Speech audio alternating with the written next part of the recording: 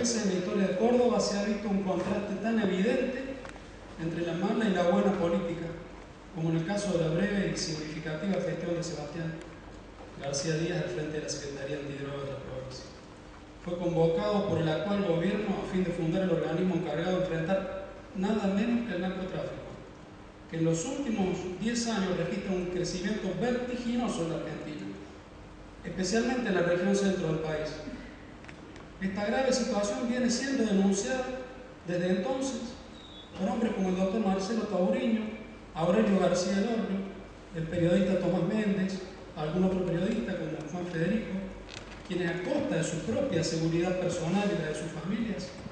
han alertado sobre los lazos ocultos, ya no tan ocultos, que existen entre el crimen organizado y los sectores encumbrados del poder político. Ante el inocultable daño social producido sobre todo en la población juvenil,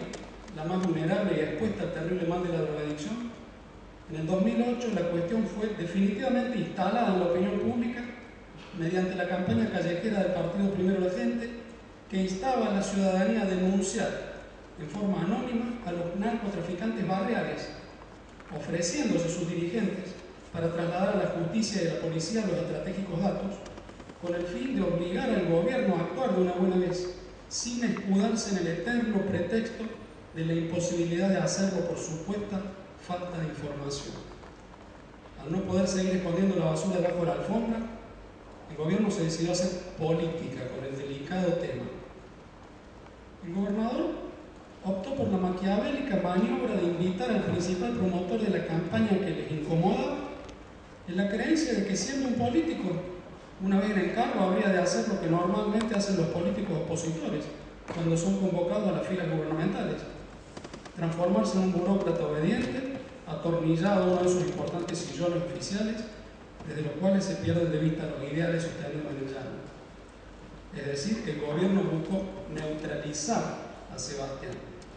haciéndolo partícipe de su total inacción frente al problema que era, y después de él ha vuelto a ser, la verdadera política de Estado. Se equivocaron de persona. Sebastián y su equipo de compañeros de trabajo no buscaban empleo, sino la oportunidad de poner a prueba sus ideas de gobierno sobre esta dramática cuestión. Pero el poder apostaba a las enormes dificultades del cargo como seguro de prestigio de la gestión encomendada, que se esperaba fuera anodina. En otras palabras, la idea era darle el abrazo del oso y matarlo políticamente. El factor humano frustró la maniobra gatopardista poniendo al oso en fuga. Se hace política tal como se vive, con honestidad o picardía.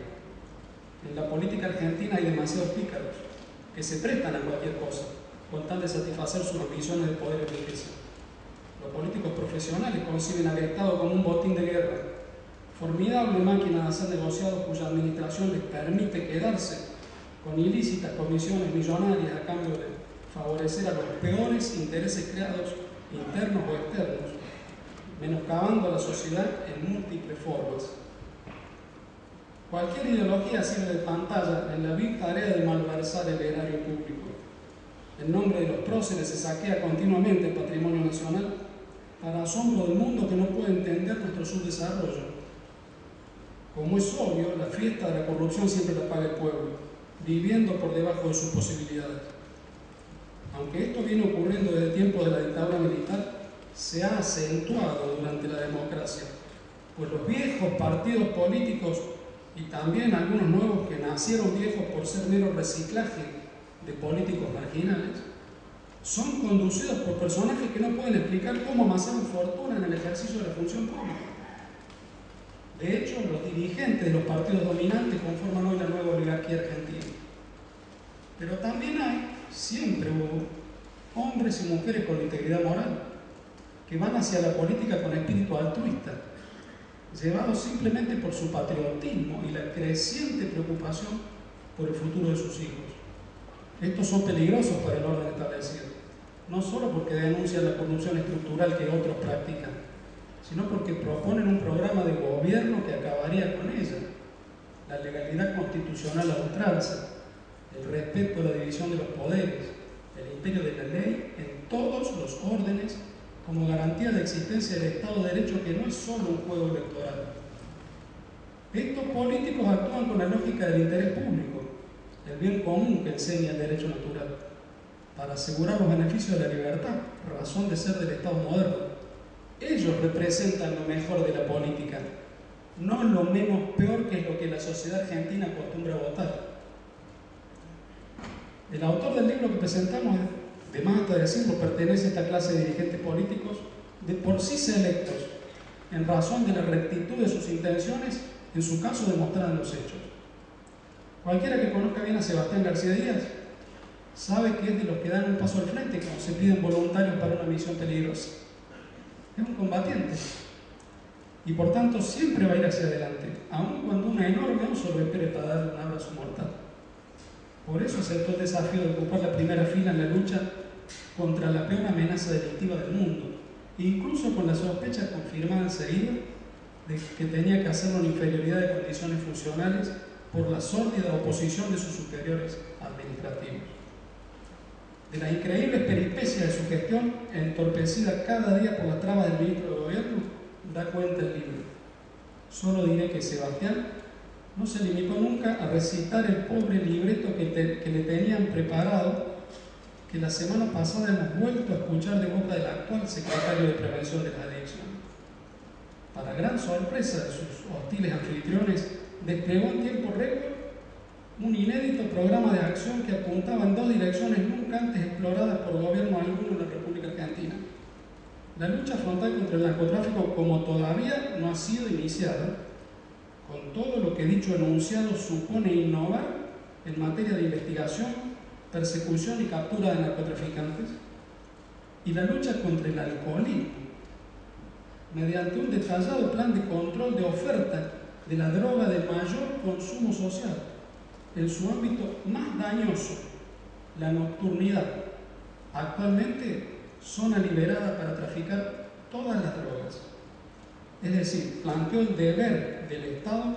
de asumir rápidamente el control de la oferta de todo el espectro de sustancias tóxicas psicoactivas, legales o prohibidas, mediante la puesta en valor del marco legal conformado por las leyes 23.737 de estupefacientes y 24.788 de lucha contra el alcoholismo, paradigmas jurídicos irrenunciables. En cuanto al narcotráfico, como primera medida sinceró la realidad de la ausencia del Estado, criticando públicamente la ineficiencia del viejo sistema de investigación exclusivamente a cargo de fiscales y jueces federales. En nombre de un mal entendido garantismo procesal, estos aplican un exagerado sistema de nulidades que desvirtúa los principios y los fines del derecho penal, con engorrosas exigencias de interminables investigaciones previas que dejan pasar la flagrancia delictiva y terminan muchas veces frustrando las tardías intervenciones policiales contra los narcos, alertados por las filtraciones de esa mal llamada tarea de inteligencia. Los cargamentos importantes de droga se terminan descubriendo por casualidad.